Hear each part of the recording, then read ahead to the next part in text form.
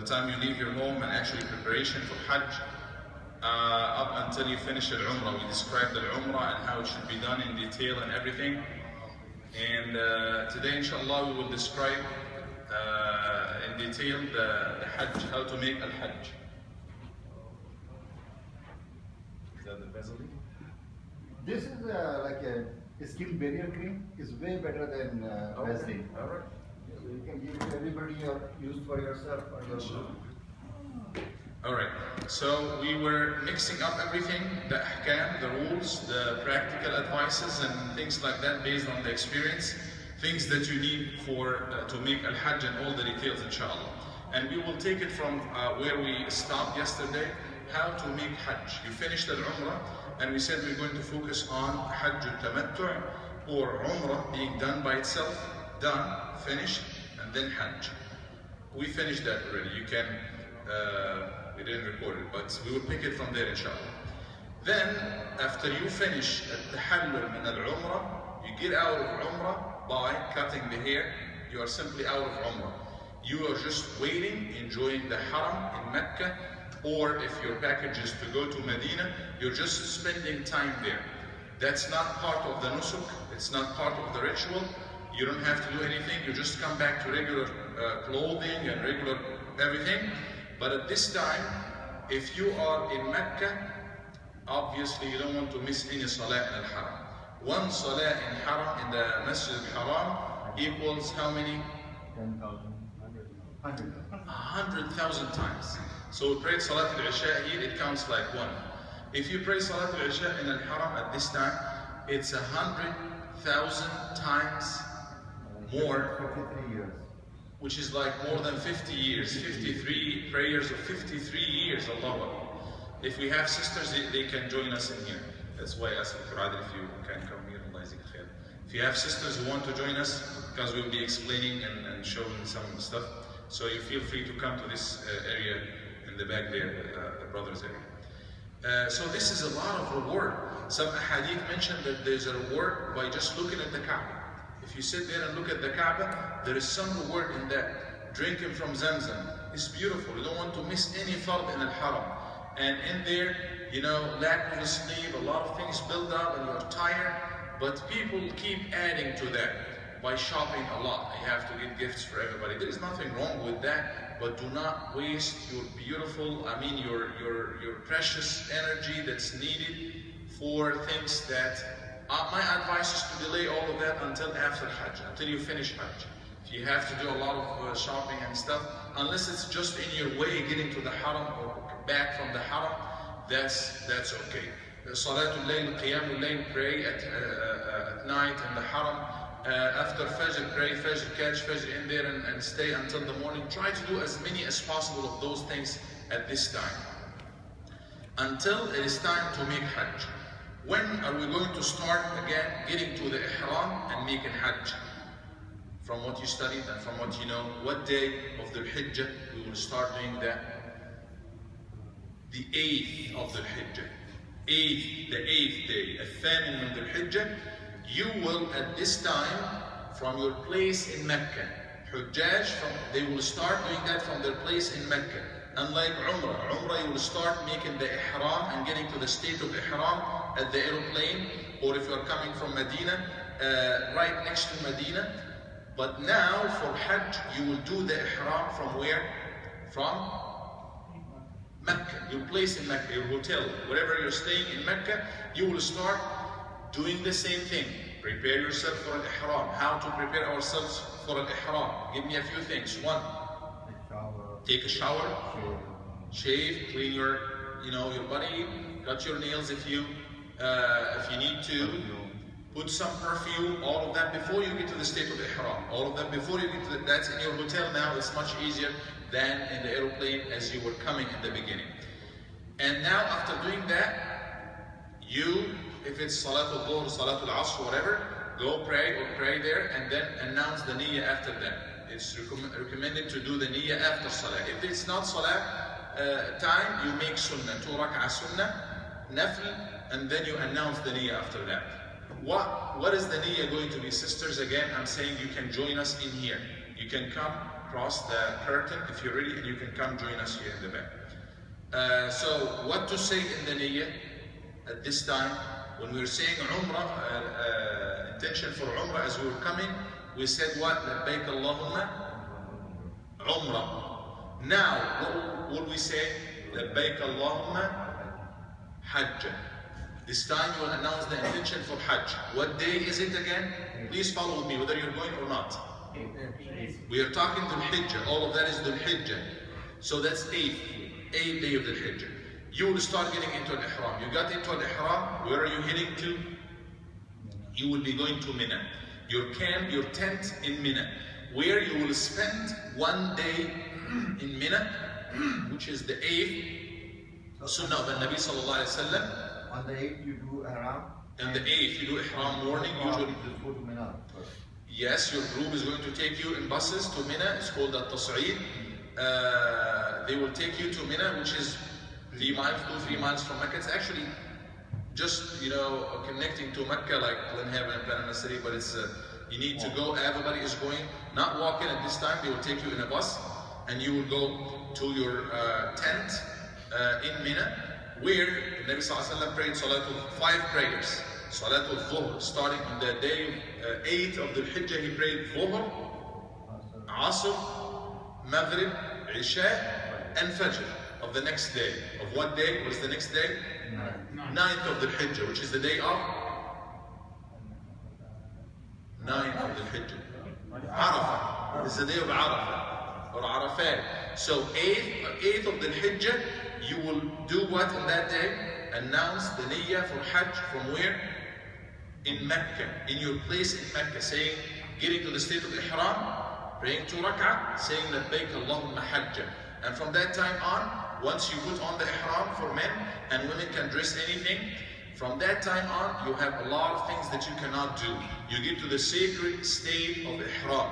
You cannot clip or cut your nails. You cannot take from your hair. You cannot apply perfumes. You cannot have the husband-wife relationship. All of these things, anything that's scented or has perfumes, all of these things you have to stay away from. Right? Now you will spend that day in Mina. What you need to take with you? We have various packages, but majority of packages is that you do not have, from that time on, you will not have an access to the hotel. They will usually, most of the packages, they will usually take an apartment hotel for you in Aziziyah or in a place next to Mina, which is in Mecca also, but in a place next to Mina. They will move you a day or two before you go, before the 8th, they will move you there, closer to Mina. And then in the day of Mina, you will announce the niyyah and you'll move to the tent in Mina. And follow with me, you will actually be kind of downgrading now. Downgrading from usually the 5-star hotel, then you downgrade to the apartment thing for 2 days. Everybody, it's the rules of Saudi Arabia from the 5th. Everybody should be in Mecca, even those who are in Medina, everybody should be there, getting ready to get to Mina. And then on the 8th, you will downgrade one more step. You lose the luxury of even an apartment, but you come to a tent. Alright? That's going to be a tent with all the meaning of it. They try to make it nice, but it is a tent, and you are in Mecca, even if you are in the middle of the winter. It is hot, it's humid, it's, may Allah subhanahu wa ta'ala help those who are there. So take precautions. You will take your luggage, they will move your luggage to the Aziziyah or this apartment in Mecca. Some people, they have hotels all through, they will leave your luggage there. What you need to take with you is whatever you think is needed for like 3 days or something. Couple of changes, few changes. Personal items like your towel, unscented soap, and a few other things, personal items that you think you might need at this time. Because you will be in the tent and you will be staying there for some time. You will have access to your place, but not as simple as you think that you go back, take a taxi and go back to the apartment, hotel, or go to the hotel. It's not going to be that easy and that simple. They will tell you again what to take and stuff like that. When you go on the day of Eid, announce the intention for Hajj, spend that day in Mina, and then the next day you don't have to do anything. Just pray there. Sit there, get ready for Al-Hajj, pray those 5 daily prayers in their times, and doing nothing.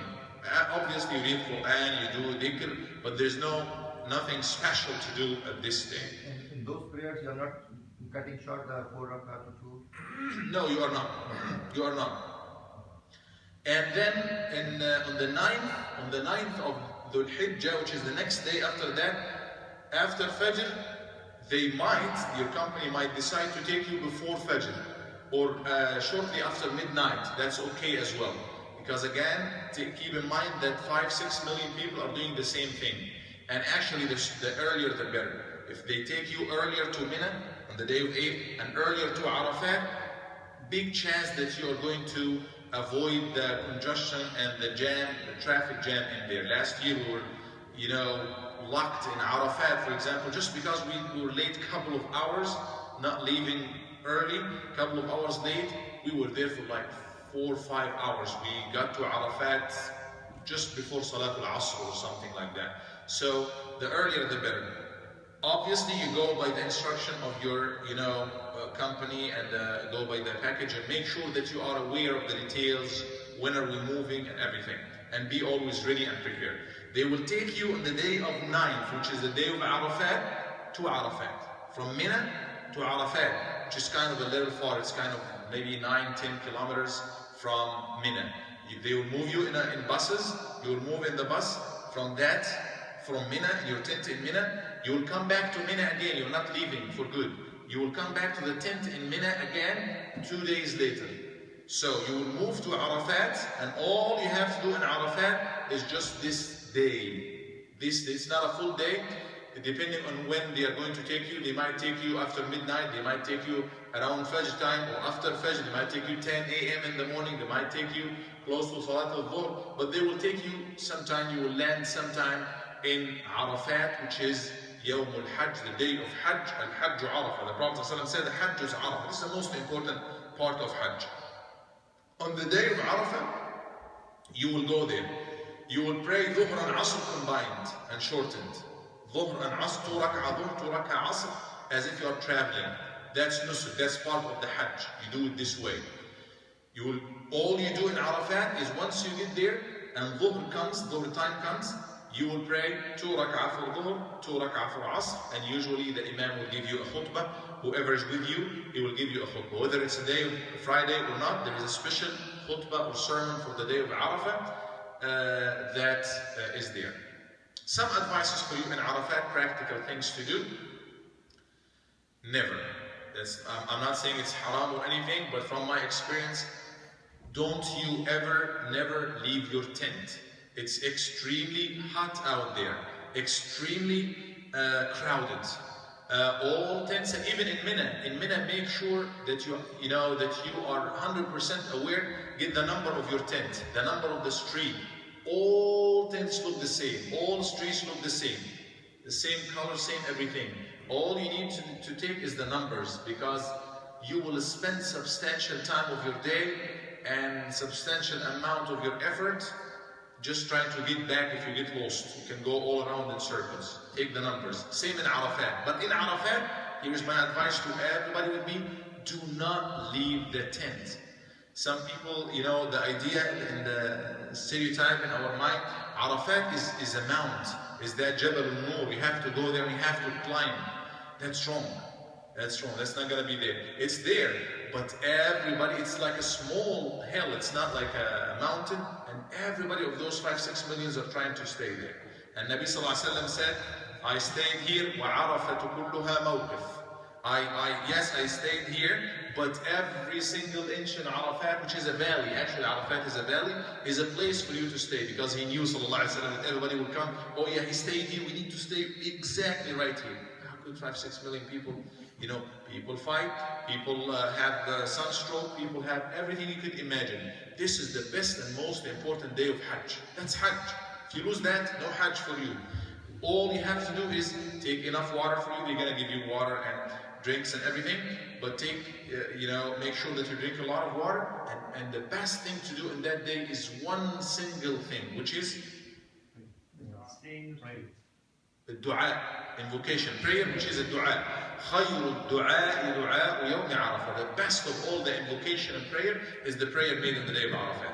Obviously it's for the Hujjaj, but it's also for non-Hujjaj, for those who are not doing pilgrims, even here, anywhere. The best dua to make, the best prayer to make is the prayer you make in the day of Arafat. Day of Arafat. ما رؤي الشيطان أحقر ولا أصغر ولا أذل منه في يوم عرفات. Shaitan, devil, has never been seen more humiliated, more defeated than he is in the day of Arafat. Why? Because how much forgiveness he's seen. Allah subhanahu wa ta'ala, like all of his work, all year round, he is working with people. Maybe all life long of that person, he has been working seriously with him to make him do sins and stuff, and then in one single day he makes sincere dua to Allah and Allah just forgive him. That shaitan is like really feeling so bad. So Allah subhanahu wa ta'ala forgives so many people. يغفر لأهل الموقف, forgives the people of al-mawqif, everybody staying in Arafat. Make sure you ask dua for yourself, for those who ask you to make dua, for the ummah, the condition of our ummah to be changed. Make dua, and wallahi, this is a serious, this is an experience, something that's really experienced by everybody I know. You make dua in there, you see, sometime later in your life, it comes true, subhanAllah. So make a lot of dua. It's also good from time to time to get out just for a few minutes in the sun, because the hadith mentions that Allah subhanahu wa ta'ala tells the angels, look at my servants and slaves, they come to me shu'than ghubran dahin, with uncombed hair, with dust on them, dahin, under the sun, with no shade like that. Look at them, what are they asking? They ask him forgiveness. Be my witness that I forgive them all. So you might get to the sun just a little bit. If you can, it's not necessary, but just to implement that hadith for a while, especially when it's the last portion of the day. It's just a few hours. If you reach their Dhuhr time, or a couple of hours before Dhuhr, it's going to be just like from, let's say 10 or maybe 12 up until the sunset, which is like 6 or 7, which is like 6-7 hours. So you need to really invest in dua and focus in dua.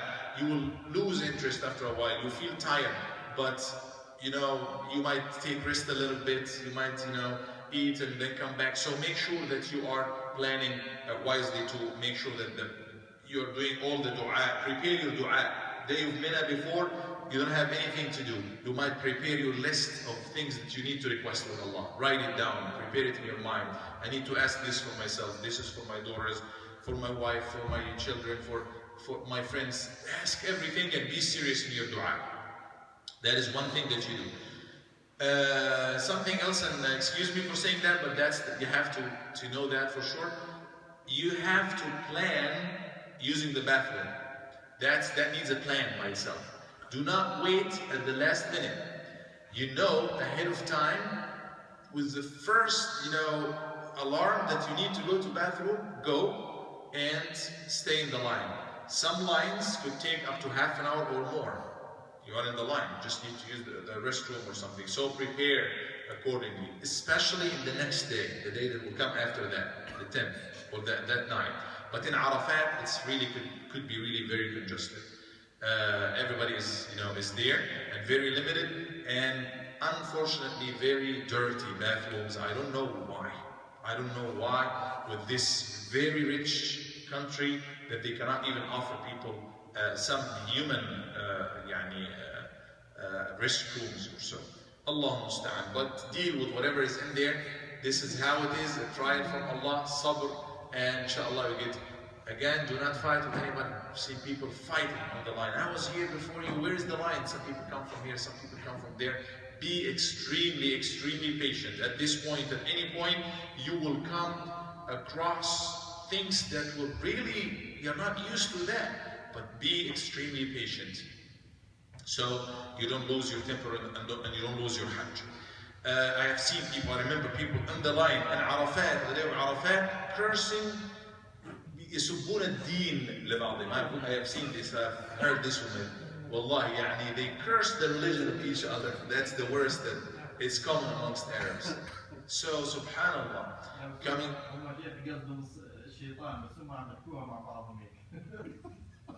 Allahu Akbar. So, be patient, extremely patient in there. That is the day of Arafat. You will leave Arafat shortly after sunset. Shortly after sunset, could take a while until the bus comes and everything. Make sure you collect your luggage and make sure you move lightly. Whatever is needed, whatever they tell you is needed. And usually it's going to be very, very minimal things. The more you take of stuff, I know that kind of people, I'm that kind of person. If I can't take the entire house with me, that's always a problem with my wife. I need to take everything, all my stuff. I may need this, I may need that. Take a lot of stuff with me, but that's not good. When you are moving in there, take only what's necessary, because you'll be moving, walking a lot with it, getting to the bus and out of the bus and things like that. And if it's heavy and if it's a lot of bulky stuff, it's going to cause you more and more trouble.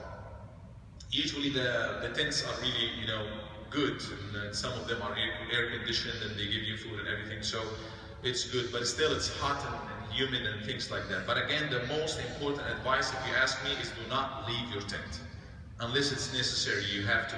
And again, if you have to leave, be extremely cautious to take the numbers of your tent. And they are going to be usually on a pole, a very high pole. The number is there. This is the street number, and this is the tent or camp number. That is the day of Arafat. I hope I didn't miss anything as far as Arafat. As you are leaving Arafat, the Nabi Sallallahu Alaihi Wasallam used to tell us Sahaba, as-sakina, as-sakina. Take it easy. Do not rush. Everybody's rushing as if it's a race. It's not a race. Take it easy and get to the bus. People, for some reason, they getting to the bus and out of the bus, people competing as if you get to the bus first, or if you catch this bus, not waiting for half an hour extra, it's going to be like getting to Jannah. No, just wait and be calm and do not lose your temper. At this time you'll be extremely tired, and after a long day, and you're going to be even more and more tired in the next days, but keep yourself under control. The bus will take you right after. You're not going to pray Maghrib. Maghrib will come to you in Arafat, but they will take you. What day is that? 9. After Maghrib. After Maghrib comes, they will take you in the bus to where? Muzdalifah, a place called Muzdalifah, where you're going to spend this night only, which is the night of the 10th. The night, tomorrow is what? Next day is Eid. The 10th is the day of Eid. You're not going to feel the sense of, you will feel it, and you have a different feeling of it, but all days will look the same. People are moving and they're crowded. But the next day is going to be the day of Eid, the 10th. This night, you will leave Arafat in the bus to Muzdalifah, a place, very small valley. It depends. Arafat is next to Muzdalifah. If you are aware of things there, I know the place there, and I usually walk it. If I'm closer, Arafat is a very big valley. Muzdalifah is a very small valley that's bordering Arafat. So you could be in the tent, if this is Mina in here, let's say,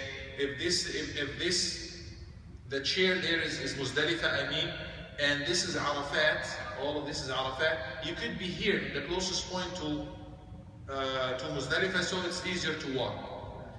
But you could be also in the farther end in there, and it's going to take really long for you to walk to Muzdalifah. But walking from Arafat to Mina, I have seen also some people insisted to do. It's like close to 9 kilometers. This is too much. You don't want to do that. But even walking from Arafat to Muzdalifah, I'm saying, even if you see Muzdalifah is there, do not go. You don't know where is your group gonna be. You don't know which way. You know the way. Everybody is going one way, this way. But which tent is mine? Or which place that my group is going to stay in? Unless you're really 100% familiar that you can go on your own that day and the next day and then go to Mina by yourself. If you can do that, then fine. But usually one of the most important advices is do not leave your group. Just stay with them all the time, because they will save you a lot of hassle that could happen. So this night, tomorrow is Eid, next day of Eid, you're staying it in Muzdalifah. This night, you're staying it in Muzdalifah. What do you do in Muzdalifah? You could reach there sometimes close to midnight, even though I said it's just a bordering veil. It might take half an hour, it might take an hour, 2 or 3, whatever it takes, and then you end up in Muzdalifah. Once you get to Muzdalifah, pray Maghrib and Isha, shorten and combine. 3 rak'ah from Maghrib, obviously, it cannot be shortened. And Isha, 2 rak'ah right after it. And you sleep. Make dua and do anything, but you sleep. Make sure you sleep, because the next day is going to be full of a lot of stuff, and at this point, it's, you'll be really tired. Just to give you an idea how Muzdalifah is, I said you're going to be downgrading. At this point in Muzdalifah, this is the lowest point. You cannot downgrade any lower. You'll be homeless. Exactly. That's the best word. I have never said. You'll just be sitting on the floor, and the fancy companies will offer you a piece of carpet or something to stay on. This is if it's really fancy and you pay a chunk of money, they're gonna offer you something like this. Usually even lower, very lower quality kind of carpet for you to stay on, but it's still on the floor and the ground has rocks and everything. So this is the most fancy. Regular packages, you are on your own, and they will tell you what to take. Usually, they might offer you a sleeping bag, but you need to ask about this and make sure if they don't offer a sleeping bag, you need to take it with you because you will need it. How will we be sleeping? You will know when you get there, inshallah. It's just literally everybody is there, like a parking lot. Even the parking lot in comparison to it is really fancy. Go, find an area and sleep. Try to locate, where am I? Where's the bathroom? Especially if you have your wife or somebody with you, you do not want to separate, or be 100% sure that she is next to this pole with this number, so you can find each other. I spend 3 to 4 hours. And I'm young and I'm familiar with the area and everything, just trying to find one of my cousins in there, and both of us on cell phones, and he can see this pool and I can see it, it's here. But we cannot find each other. Just walk, just go right, go left. And subhanAllah, we ended up talking about 2 different things. We were talking about Al-Baik, which is a famous fast food restaurant there, and we end up after like literally 3-4 hours talking on the phone. He was talking in one Al-Bayt, it's a series like McDonald's. I was talking about one and he was talking about another one in there. So just make sure that you have a strategy to find, those who are with you. In Muzdalifah, again, people will be just next to you, banging into you, sleeping next to you. Could be a sister in there, somebody that you don't know. That's okay. But take some cautions to be at a safe place or not on the route of people. Just see if people are coming. Usually buses drop people here. Most people will just stay there. No, move from this way because everybody's going to come this way, and sooner or later they might staple on you or something. So make sure you are somewhere far from that. That is Muzdalifah. In Muzdalifah you stay until Fajr, and if you have a special condition, somebody who is older, somebody with some health condition, somebody got a wife with him, an excuse for all the sisters, any condition that you think it's really difficult to continue the night. If you can continue the night until Al-Fajr, that's the best. But if not, then you have the excuse to, after midnight, to leave. And midnight again is not like 12 o'clock. Midnight is you make a simple math calculation, which is Maghrib. You need to know what Maghrib time was at this day. Let's say, for example, it was 7 p.m. Just as an example. And then what is the Fajr time? Let's say it was 6 a.m. for example. How many hours are those? You count them and then divide them by 2. That's the midnight in Islam. So if it's 7 p.m., that's 5, 6, 11 hours, right? It's going to be 11 hours by 2. It's going to be what? 5 and a half. 5 and a half from 7 p.m. is going to be what? 12:30. It's going to be 12:30 at this time. Most of the time at midnight in Islam is like 11:30, around before 12, usually. So I was just giving random numbers. So that's midnight in there. you can stay there after a little bit after midnight, and then if you have the excuse, if you believe you have the excuse, you can leave, no problem. You will hear a lot of people talking about, random things. No, you have to stay, or no, you have to avoid all of that. This is what I'm telling you. If you can stay until Fajr, that's what the Prophet ﷺ did. This is the best. If you cannot, there is no problem. Take it easy on yourself and make it easy with those who are with you. And they usually will tell you there will be a bus leaving after midnight at this time, and there will be a bus after Fajr. So make the choice, and you can do it according to your case and circumstances, inshallah. What day is that after Fajr comes? If you decide to stay until Fajr, you pray Fajr in there, 2 rak'ah. And what the Prophet ﷺ did is he stayed until حتى أسفر جدا. It was not like sunrise, but it was light, was very close to sunrise. He stayed until that time, and he was remembering Allah and standing up and praying and raising his hand in dua. And this is what the ayah says, فَاذْكُرُوا اللَّهَ عِنْدَ الْمَشْعَرِ الْحَرَامِ, which is in Muzdalifah. Remember Allah in al-Mash'ar al-Haram. There is a masjid there by this name, al-Mash'ar al-Haram. Again, don't try to find it. Don't try to go for it, because again, you will be trying to find it all night long, and it's really, there is nothing special in praying in there. You are in Muzdalifah. If you are close to it or next to it, fine. Try to make the salah there. If not, it's not 99.9%, it's not going to be possible for you, because everybody is looking for the same thing, which is a small masjid like this. And then millions of people are trying to get in there. And there is nothing special in praying in it anyway. That is the sleeping bag, you said, are they available over there to buy? available over there. Do not take it from here. It's going to be too much. If it's something that can be packed easily, you may take it. If you have a small thing, you can take it from here. But they are available over there at a cheap price and everything. You can buy it. You can easily buy it from there, inshallah. The next day is going to be the day of Eid, which is the 10th. You're going to do, that day involves most of the actions of Hajj. We said the 9th has the most important thing in Hajj, which is Arafat, one thing that you do. But the 10th, which is the next day, is called Yawm al-Hajj al-Akbar, the day of the greatest day of Hajj, or the Hajj of the greatest, the day of the greatest day of Hajj. Yawm al-Hajj al-Akbar. You will do a few things on that day.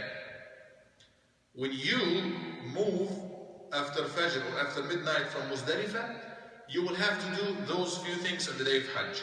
If you decide to do them, the ideal order for them is Rami, Nahr, Halq, and then Tawaf. So Rami, which is throwing the stones. Where is that?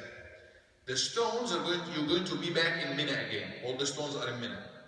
You could be, we have two for the American tents. They locate people based on where they're coming from. Indonesian people are here, South Asia are here, America are here. America, they got two tents or two camps. One camp that's really kind of far from where the Jamarat, where the throwing is, and the VIP or the one that you pay more for it is just close to the Jamarat, but it takes very few people, and they pay a lot to be there. So you are going to be in Mina. You go back to Mina. After leaving Muzdalifah, you will go back to Mina again in buses. The bus will take you, go back to Mina. And on that day you do Rami, the stones, of one Jamra. How many Jamarat we have there? How many stations for you to throw? 3 of them. Al-Jamrat al-Aqaba al-Kubra, wal-Wusta wal-Sughra. The greater one, the big one, the middle one, and then the small one. On the day of Eid, you will just throw the biggest one. On that day, you will just throw the biggest one. How many stones? 7. Where are you going to collect this? Anywhere. Muzdalifah, the previous night, you can collect those 7 stones, and you can have a bag with you, or you can get them in a bottle or something. Collect them from there, or collect them from Mina, no problem. You know, anywhere in Mina or Muzdalifah, but most people, they collect them from Muzdalifah the night before. You don't have anything to do. Prepare them and get some extra in case you lose any. And all you need for that day is 7. If you have more, you can get more for the next days, for the days afterwards. You will need them. But all you need to throw on that day is 7, only 7. Jamrat al-Aqaba al-Kubra.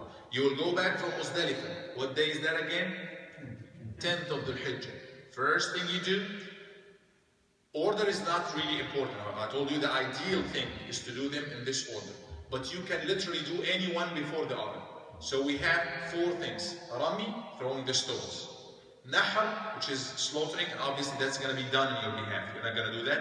You will pay for that. Make sure you pay. You buy a coupon thing from there, I think for last year was 450 riyals, could be 500 riyals, which is usually $100, between $100 and $150. You pay for that. Make sure you pay a day or 2 before, and make sure you tell him it's a hadi. It's hadi, you know, because we have 3 sections in there. One is udhiyah. If you want to make the udhiyah, the qurbani, regular one like you do it here. Some people they do their hadi, but they still want to do the udhiyah. So there is udhiyah, and there is hadi, which is you do for Hajj, and there is one that you do it if you miss anything or if you miss up anything. So you tell him that I'm buying this for hadi. And from that time on, that person or that, it's actually a company, it's a government thing, they do it in your behalf. So you don't have to worry about that. So you do Rami, throwing the stone 7 times. Nahr, that's going to be done in your behalf, slaughtering. Halq, cutting the hair or shaving the hair. And Tawaf al-Rukn or Tawaf al-Ifala. Tawaf can be delayed. Tawaf, you may do it on that day, most likely you will not be able to. Unless you feel like really strong after all of that and you can do fine. But if not, you can delay. But any of those 3 things, you can do them in any order. Usually once I get there, back to my tent in Mina, the tent that I got into at the 8th, and I spent 1 day before I go to Arafah. My stuff is still there, my sleeping thing is still there. I get to my place, I get my hair cut. You can prepare yourself, you can get some razors, or usually there are barbers there, but I personally do not prefer to use any external thing. I do it for myself, or I ask somebody to help me. I usually bring my own stuff. You can take your own shaving machine or something with you in there. So you do it or get it done for you, fine. That's one thing. Halq or taqsir, you can shave or you can at least cut the hair. And then you do the rami, go do the stoning, it's there in Mina. And if you do any 2 of those 3, if you do at least 2 of those 3 things, you pay for the udhiyah, for the hadi, you do the halq, and then you make rami, any of those 3, you will be out of ihram. You can take off your ihram. All of that you are in ihram. From what day you started ihram? 8th. From the 8th. So 8th day you are in ihram. 9th day you are in ihram. Muzdalifah, the night of the 10th, you are in ihram. The beginning of the day, the 10th, you are in ihram. And now you will throw the stones. You already paid before that for the hadi. You will cut your hair and then you take your ihram off. Take a shower. And you are 100%, you are 99% like any regular person. The only thing that's remaining you cannot do is the man-wife relationship. You cannot do that until you do the tawaf. You go and do tawaf again. We did tawaf in the beginning when we came. That tawaf was for what? For al-umrah. Tawaf al-qudum was for al-umrah. But this tawaf now is for what? For Hajj. Tawaf al-ifada, tawaf al-rukn.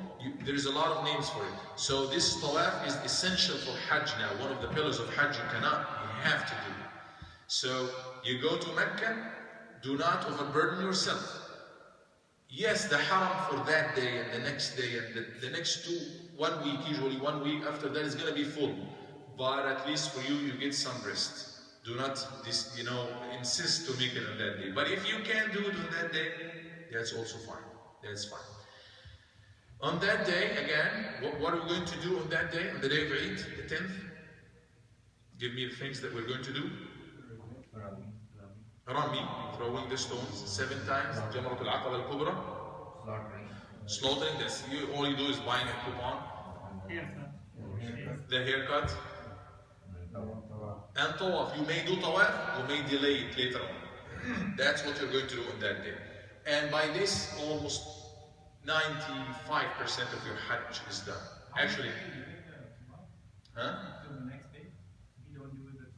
if you don't do the tawaf on the 10th, you can do it in the 11th, you can do it in the 12th, you can do it in the 13th, still fine. Just do it before you leave Saudi Arabia. Yes, you do it before you leave, and there's some scholars also say that you can do this tawaf along with the final tawaf, tawaf al-wada'. You can do just one tawaf and it will be enough for both of them. I personally don't feel much comfortable to do that. Tawaf al-Hajj is by itself, and then we have another wajib. Tawaf al-Hajj is rukn, pillar. You have to do it for Hajj. And then Tawaf al-Wada' is wajib, which is a little bit less, and that is still obligatory, or you have to do, but it's still less, not like Hajj. Do this Tawaf, and then you can do Tawaf al-Wada' or farewell pilgrimage when you leave, inshallah. So you can delay it until you get rest the next day or the day after, or you may do it on that day. Those are the actions that you do in the day of Eid. Day of Eid, you'll be spending it in Mina, in your tent in Mina, the one that you get into on the day of Eid. And then the next day, which is the 11th, you're going to spend that also there. The 12th, you're going to spend it also there. You may decide to leave, you have the choice. After the second day, which is the 12th, or you may decide to stay until the 13th. Right? So, فَمَنْ تَعَجَّلَ فِي يَوْمَيْنِ فَلَا إِثْمَ عَلَيْهِ وَمَنْ تَأَخَّرَ فَلَا إِثْمَ عَلَيْهِ. There is no problem if you decide to stay 2 days, go after 2 days, or stay for the third day. And Nabi Sallallahu Alaihi Wasallam stayed for the third day, but 99% of a lot of people, you know, they go after the second day, fine, that's 100% fine, no problem. In Mina. What you do on those days in Mina, what you have to do is spend most of the night in Mina, spending time in Mina in itself at night, especially at night. That is wajib, you have to do it. And the other thing is during the day, you make Rami. At this time, for those either for 2 days, if you stay there 2 days, or for 3 days. So let's say if you stay for 2 days, you will make Rami each day, the 3 of them, the 3 stations. So in the first day of Eid, how many stations we throw? How many Rami we make? 1, the biggest one. How many stones? 7. But in the second day, which is the day after Eid, the 11th, you will throw the 3 of them. 7, 7, and 7. Starting with the big one. It's going to be one way anyway. You get there, you go with the flow. The first one, second one, and third one. And the sunnah is after the first and the second, you raise your hand and make dua. After you throw it and finish, go to the side and make long dua if you can, after the first and after the second. But with the third one, throw it and then leave. So that's the first day after Eid, or the day after Eid. And then the second day after that, you're going to do the same thing. Spend the night in Mina. Hopefully you can spend it all, but if not, at least most of it. What many people do, at this time, you are staying in Mina, only 2 things to do. Rami during the day, and staying the night, most of the night during the night. You have access to your hotel, for those who have higher packages. They have the 5-star hotel next to the Haram, and other packages, they have apartment closer to Mina, next to Mina. Your luggage is going to be all of your luggage, the rest of your stuff is going to be there. Some people decide to go get dressed in there because it's a little bit better. During the day, you can go, you can get a cleaner place for, to take shower, to spend some time during the day, eat some good food. And then you come close to Maghrib time or something, maybe even Isha time, not a problem, as long as you come and spend the night in there, or most of the night in there in Mina. Moving in Mecca is very tricky and very difficult, so try to get a good kind of like medical shoes or something that will definitely help you avoid the food, completely avoid the food out there. Try to stay away from anything that could be hazardous or anything. But have in mind that it could take a long time and you could easily get lost, so plan everything according to that, inshallah. During those 2 days or 3 days, if you decide to stay, all you have to do is staying, as I said, at the night staying in Mina, and during the day have the Jamarat. If you decide to stay only 2 days, how many total Jamarat stones you will be throwing? 7 in the first day, the day of Eid, plus every day total of 21. 7, 7, and 7. 7 times 3, that's 21. So 7 plus 21, or let's say 21 and 21, the first day and second day, that's going to be 42. Plus the 7 in the first day, that's going to be 49. 49 if you make it only 2 days. But if you add The next day as well, the third day, you will add 21 more, which will make the total of 70, right? 70. Yeah, that's going to be 70. So those are the stones that you are going to be stoning. And after that, you will be spending the time in Mecca. If it's time for some packages, they go to Medina afterwards. You will be leaving Mecca, or you will be leaving back home. So right before you leave, after you prepare your luggage and everything, and they tell you this is the time, as soon as possible to that, you go to the Haram and make Tawaf al-Wada', which is just regular Tawaf 7 times. You do it as usual, and then you leave. Tawaf al-Wada' should be done. Again, we said don't forget Tawaf al-Ifada. If you don't do it the first day, do it the second day, third day. So if you're staying there for, let's say, for 4 or 5 days delayed, if you do it the 4th, 5th day or something, that's going to be better. 14th, 15th of the Hijjah, it's going to be a little lighter in there, especially at certain times, at night times, and so on. That's probably everything about Hajj. Many people do little, things in there. They keep making a lot of umrahs. Nothing wrong with that. Many scholars say, no, that's wrong, don't do it. That's not, I believe this is not right. You can do that, no problem.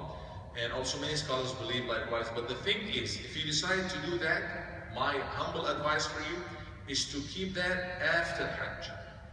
Because some people come, usually they arrive early before Hajj, a week or 2, and then they are, have the longingness to Al-Haram, and they need to, get to the Nusuk. I'm coming for that. And they go. I have seen that every day, 2 or 3 umrahs, one at Fajr, and then one at Al-Asr. MashaAllah, this one is from my aunt, this one of my grandfather. But then by the time of Hajj, they are exhausted. They're gone. You can easily catch anything. You have people from all over the world. You will smell it. You will know what I'm talking about. You will smell it. You will have the sweat of everybody over your body because you'll be touching them, physically touching them. So avoid all of that. Do your Umrah. You will have to do Umrah.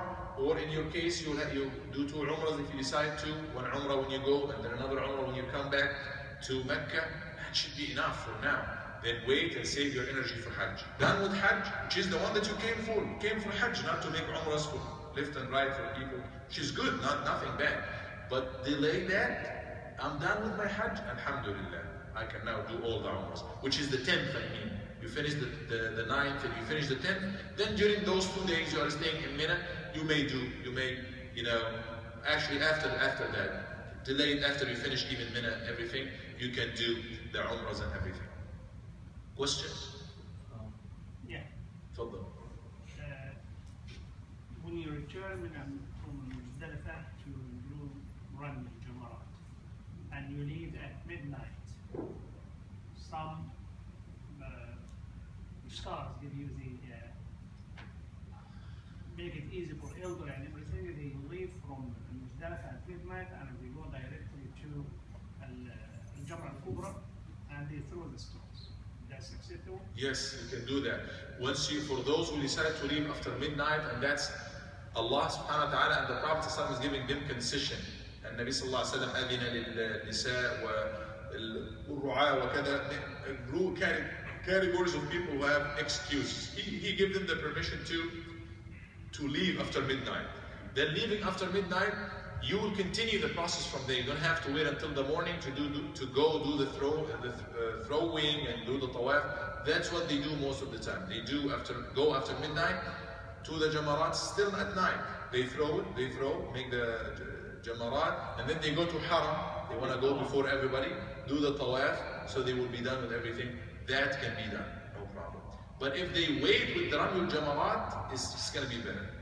At least, the Ramyul Jamarat, they can do the Tawaf, and then they're going to go back to Mina anyway, and Jamarat is in their way. So keep it until the day, during the day. What about the Ihram? You can change the Ihram. You can change the Ihram, and this is another thing. Take more than 1 pair with you. Take 3 or maybe 2 or 3. What you need to take with you from here is 1. That's what you're going to need in the aeroplane in case you go to Mecca first, as I explained. But then over there you can buy more, 1 more or 2 more. Just 1 more and you can wash it. You buy from Medina. Exactly, You buy from Medina. exactly. Well, the Zabih, I guess, is going to Medina first, so you don't have to take it from here. What about like toothpaste and everything? Doesn't smell. That's fine, because it's needed, and it's not really meant for scent or anything. And then, like, some people have allergies. They have to put some cream or something. It may have smell. Sunscreen or anything, that's okay, but make sure you choose one that's unscented. I mean, you could easily find that. Again, I told you that's my view. Many scholars I trust, they say that's not meant for perfume. Even if it has scent in it, it's okay. But again, I personally believe that, I mean, if I can go for unscented one and easy, and it give me the same thing, why do I decide to go with the one that has perfume? And the medicated creams are not perfume. Exactly. You can easily find that. This one doesn't have perfume, does it? No. Okay, good. That you can, anybody who's going for Hajj can take one. Inshallah. I got mine. Jazakallah. And then, And this is a very good one, actually. It's better than Vaseline. Okay. I was just giving Vaseline as an example, but yeah, inshallah, This is Dr. like- Majid, that's it's still a giving me a very- big. It really covers and protects the skin. Right, inshallah. This is meant sunscreen. No. It's like when you get skin locked, you know, the skin. For rashes and everything, Yeah. Vaseline thing you put on the armpits for moving, a lot of moving. That's no. Okay. then Any questions? how much money you have to take with that? That's a good question. Don't take much cash with you. Cards, I don't recommend at all that you use card in there. So overseas and you expect anything to happen. But you take some cash with you, depending on how much you're gonna need for gifts, for example. If you're not planning to take gifts or anything, you will barely need money for anything. But you keep some money with you. And again, keep in mind that a dollar is like what? 3 something riyals. So I would say if you take a few hundreds, maximum 1,000, it should be sufficient. That's for whatever you can spend. Most of the time you're going to be spending that on taxis and transportation and things like that. But other than this, usually the companies will offer you with everything unless you need to buy stuff for yourself. Gifts, I'm not talking about gifts and stuff that's based on people. You can buy gold things for relatives here that's going to cost a lot. And then the guide is typically with you most of the time, or The guide, who's going? the guide. The guide. The guide is going to be with you. You will have access to him, but again, make sure that you take the plan for tomorrow. You have the religious guide and you have the administrative thing. Both of them you need to check with. So you check with the sheikh, for example, that what we're going to do tomorrow, and he will explain to you what we're going to do tomorrow. So you will have this in mind. And then you ask, more importantly, even the administrator, when are we going to leave? What time you expect the bus, this and that. Make sure you have all of these details. And be flexible, because 100%, they will tell you that's not 100%. They tell you the bus is going to come at 8. It's never going to come at 8. That's nothing. That has nothing to do with the company, but bus is coming from the other side of Mecca or something, and it never comes in time. Not never, but I mean, some people they are waiting there from before. But I mean, expect long delays or something, but at least get an idea. When are we going to be leaving? What to take? What to do? What are we going to do after that? So make sure you get all of this information.